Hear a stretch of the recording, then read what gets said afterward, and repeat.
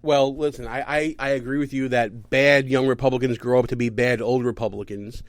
And what we're going to do on this show, because, again, nobody's reporting about this. Nobody cares about this. We're going to reach out to Jason Emmert. We're going to see if he wants to come on the show and discuss this any further. We'll reach out to whoever his opponent is. As you should do. We're going to try to get both sides of the story here. We're going to reach out to Corey Boone, who happens to be, full disclosure, friend of mine, been a friend of the show for a while. We've thrown many a hot tub party together. And we're going to get his side of things. And we're going to take it from there. But until then, Giancarlo, why don't you tell everybody how they can get in touch with your organization if they are in the beautiful Garden State or if they're outside and they want to help candidates in New Jersey win elections? Give everybody how they can get in touch with the New Jersey State Young Republicans. Send me an email, njyrf.share@gmail.com, and I will absolutely get back to you. All right. Figure out how any resources that you have can be used, which they will be used if offered. Absolutely. Money and people, they make the political world go round. Giancarlo, thanks for coming on the show, man. And listen, we're going to keep this conversation going about YRNF, and we're going to bring some sunshine to this maybe and see where everything shakes out. I'm withholding judgment, but it doesn't look good right now. Yeah, no comment. And with that, we're gonna take a break and be right back, folks.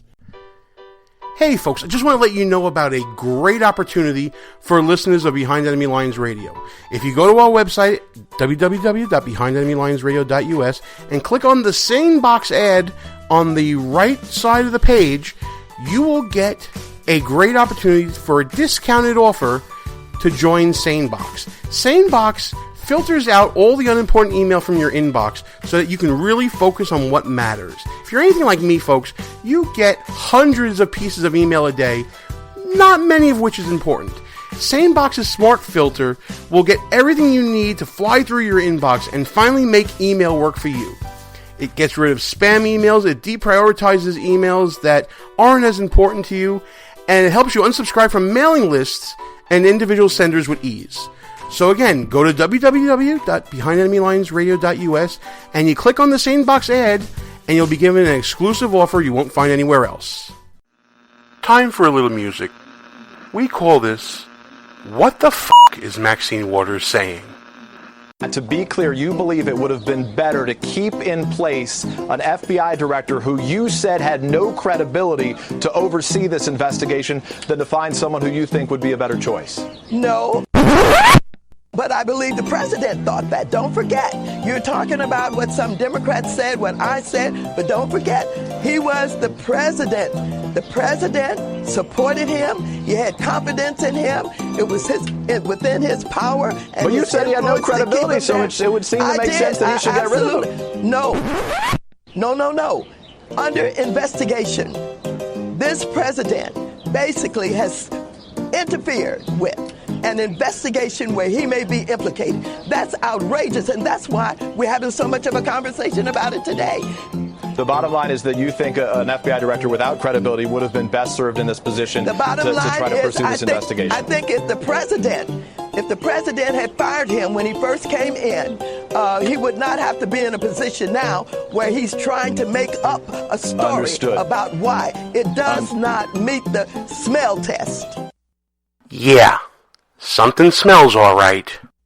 Understood. So if Hillary Clinton had won the White House, would you have recommended that she fire FBI Director James Comey? Well, let me tell you something. If she had won the White House, I believe that given what he did to her and what he tried to do, she should have fired him. So she should have fired him, but he shouldn't have fired him. This is why I'm confused. No, you're not confused. Yes I am.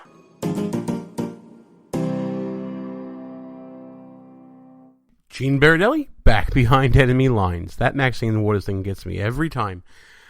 Folks, thanks for listening to the show. I'm Gene Barratelli. Russ will be joining us very soon as we get some technical stuff straightened out. I know I've been saying that forever. We will, I promise. Check us out at www.behindenemylinesradio.us. Check us out on the Facebooks and the Twitters at BEL_radio. And if you missed any part of the show that we normally broadcast Tuesdays, 10 p.m. Eastern Time on Spreaker, you can check us out on any one of our rebroadcast outlets, including WJHC in beautiful Jasper, Florida, 107.5 FM. WDDQ, Adele, Georgia, 92.1 FM. And 1330 AM, WLBB, Carrollton, Georgia, all part of the Talk America Radio Network. It's a great place to be on. We're happy to be part of it.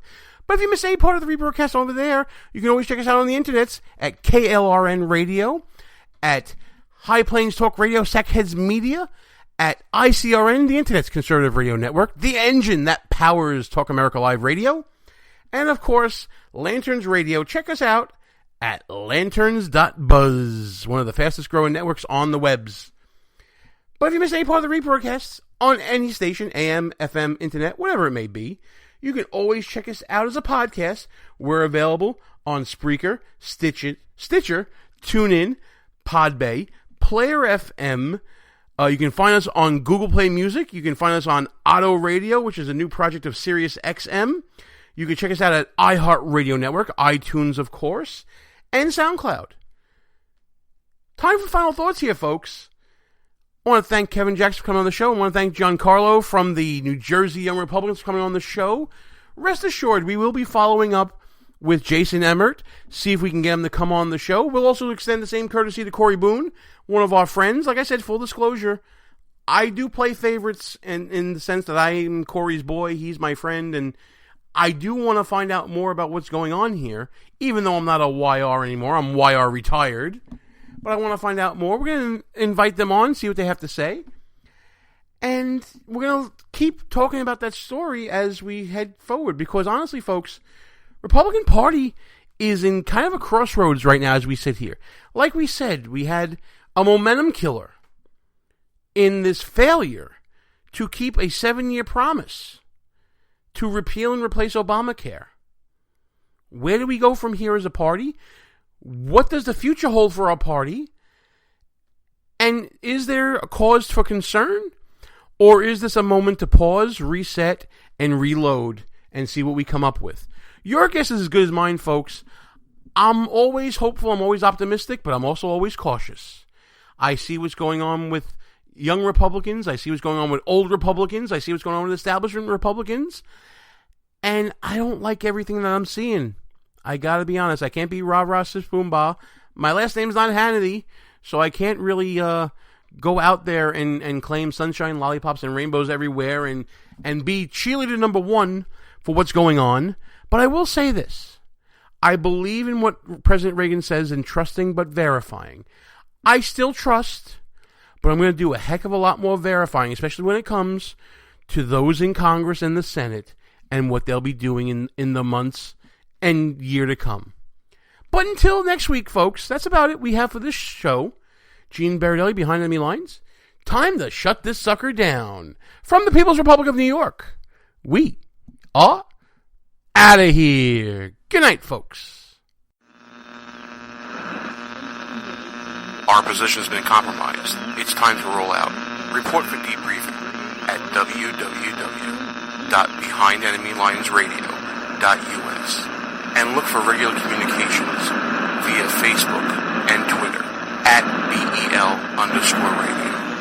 You are the resistance. Behind Enemy Lines. A rock radio production. Back in 7 days. Out.